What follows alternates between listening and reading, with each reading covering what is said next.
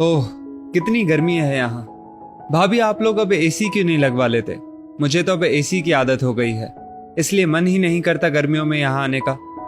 मीना ने नाक चढ़ाते हुए कहा तो उसकी भाभी रिया झेप कर रह गई। सामने बैठी शोभा जी ने जब अपनी बेटी की बात सुनी तो बोली, बेटा तू वहां भाभी के कमरे में जाकर कूलर के आगे बैठ जा, थोड़ी देर में ही कमरा ठंडा हो जाएगा। और हाँ रिया बहू, तू इसके लिए नींबू पानी बना दे, इसे थोड़ी ठंडक मिलेगी।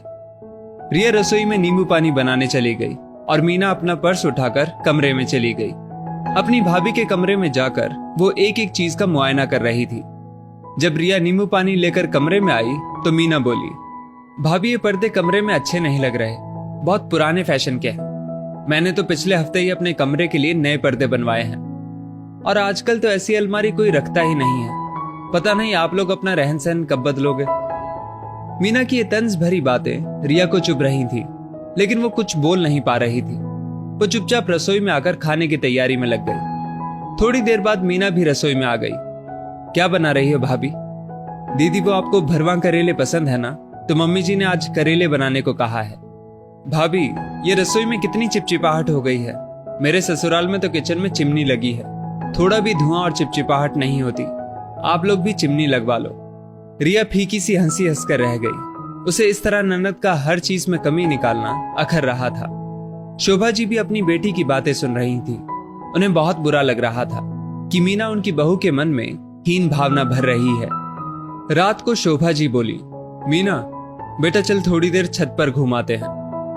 मीना अपनी माँ के साथ छत पर टहलने चली गई। शोभा जी बोली, मीना एक बात बता, 2 साल पहले तक जब तू इस घर में थी तब तुझे क्या हमारे घर में कोई कमी नजर आती थी, या फिर तुझे यहाँ कोई असुविधा होती थी? क्या इस घर में तेरी जरूरतों, तेरी इच्छाओं का मान नहीं रखा जाता था? मीना आश्चर्य से अपनी माँ की ओर देखते हुए बोली, नहीं माँ, मुझे तो यहाँ कोई कमी नहीं थी, लेकिन आप ऐसा क्यों बोल रही हैं?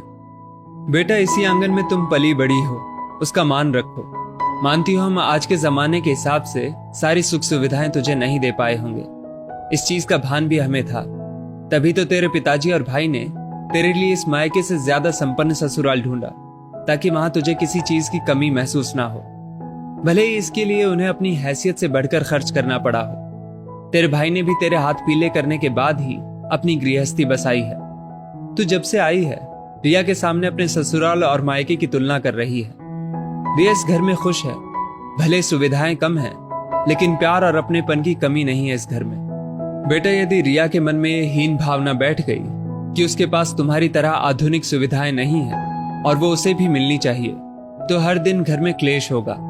सबके मन में अभी जो सुकून है वो खो जाएगा।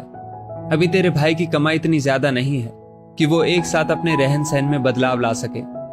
आजकल के बच्चे बहुत समझदार होते हैं, वो खुद ही जीवन में सुविधाएं जुटाना जानते हैं, लेकिन वक्त के हिसाब से एक साथ अत्यधिक बोझ सबके जीवन में अशांति भर देता है। तो अपने ससुराल में खुश है, ये जानकर मुझे खुशी है, लेकिन अपने ऐशो आराम का दिखावा इस तरह सबके सामने करना अच्छी बात नहीं। आशा करती हूं तू मेरी बात समझ रही होगी। मीना को अपनी गलती समझ आ रही थी। उसकी नजरें झुक गई। वो बोली, सॉरी माँ, मैं भूल गई थी कि जीवन में खुशियां सिर्फ सुविधाओं से नहीं बल्कि आपसी समझ से आती हैं। शोभा जी फिर बोली, वैसे तेरी भाभी बहुत समझदार है, कभी कोई शिकायत नहीं करती और सबका मान रखती है। तभी रिया उन्हें बुलाने आ गई। माँ चलिए, बहुत देर हो गई है, आपकी दवाई का टाइम भी हो गया है। और हाँ दीदी, आज आपके भाई ने कहा है कि हम सब एक ही कमरे में सोएंगे और ढेर सारी बातें करेंगे। मीना के चेहरे पर मुस्कुराहट तैर गई। वाह भाभी, तब तो आज बचपन की यादें ताजा हो जाएंगी। सभी के चेहरे पर सुकून और संतुष्टि नजर आ रही थी।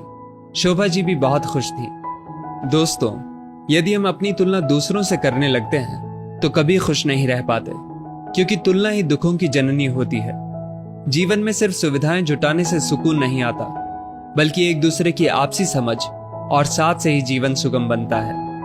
दोस्तों, इस स्टोरी को लेकर आपकी क्या राय है, नीचे कमेंट करके जरूर बताइएगा, और ऐसी ही और भी बेहतरीन वीडियोस के लिए हमारा पेज जरूर फॉलो करें। धन्यवाद।